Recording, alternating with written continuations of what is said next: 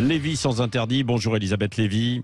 Bonjour Patrick, bonjour à tous, bonjour Laurie. Vous voulez revenir sur ce qui se passe au lycée Joliot-Curie à Nanterre depuis quelques jours. Alors que se passe-t-il précisément ?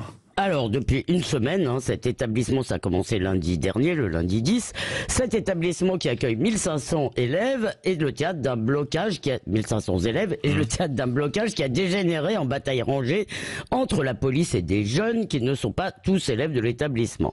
Mardi, donc ce mardi dernier, il y a une semaine, suite à des jets de projectiles sur les forces de l'ordre et des tirs de mortier, comme on dit, 14 élèves, enfin 14 jeunes en tous les cas, ont été placés en garde à vue, suscitant une levée de boucliers des belles âmes. Alors il y a plusieurs strates dans ce conflit.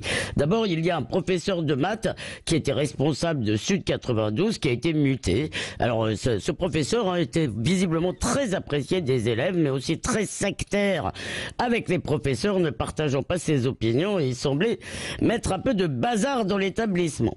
Par ailleurs, il y a une protestation contre la réduction des heures d'aide aux devoirs, un dispositif qui, à en croire une mère d'élèves, est très apprécié et qui d'ailleurs a été remis en place par l'académie. Enfin, il y a le refus des contrôles vestimentaires à l'entrée, selon une note de la direction des renseignements de la préfecture de police qui a été dévoilée par l'Express. Il y a une offensive d'abaya depuis le début de l'année, depuis la rentrée, qui s'est heurtée à la fermeté de la nouvelle direction, alors que l'ancienne proviseure, elle jouait la souplesse, elle laissait par exemple les élèves, les lycéennes, enlever leur voile dans les toilettes de l'établissement, ce qui est contraire à la loi. Voilà.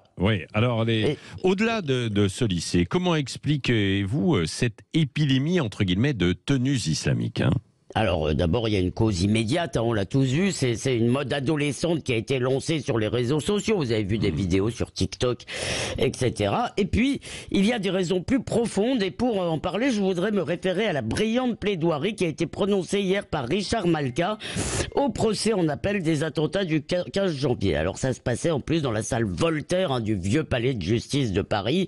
Et là, l'avocat a invoqué le philosophe qui est auteur notamment d'une pièce sur Mahomet qu'aucun théâtre n'oserait jouer aujourd'hui. Alors il s'est désintéressé des deux accusés qui étaient dans le box pour se livrer à un véritable réquisitoire contre l'islam. Je cite: l'accusé qui ne comparaîtra jamais, celui qui transforme des hommes ordinaires en criminels monstrueux, il s'appelle religion. Et il s'appelle une religion en particulier, bien sûr, en l'occurrence. Alors le massacre de Charlie Hebdo et de l'hypercacher sont selon lui le fruit d'une controverse théologique née il y a plus de 1000 ans entre les moutazilites qui plaçaient la raison au cœur de leur foi, qui étaient un peu les ancêtres de l'islam des Lumières, et les défenseurs d'un islam littéral fondé sur un Coran incréé, écrit par Dieu directement, donc insusceptible de la moindre interprétation. Je cite encore: il y a un islam des philosophes et un islam des prédicateurs, un islam de la réflexion et un islam de l'imitation. Et malheureusement, on le voit tous les jours, c'est la conception des Kouachi et des mollahs iraniens qui est la plus militante, la plus organisée, la plus conquérante, la plus opulente, a-t-il dit, et des pays musulmans à nos banlieues, c'est cette conception qui domine aujourd'hui l'islam. Alors face à cette islamisation de l'islam, en quelque sorte, l'avocat a appelé les intellectuels, les journalistes, les politiques à faire preuve de courage. Autant dire que cette partie-là n'est pas encore gagnée, cher Patrick. Merci Elisabeth Lévy.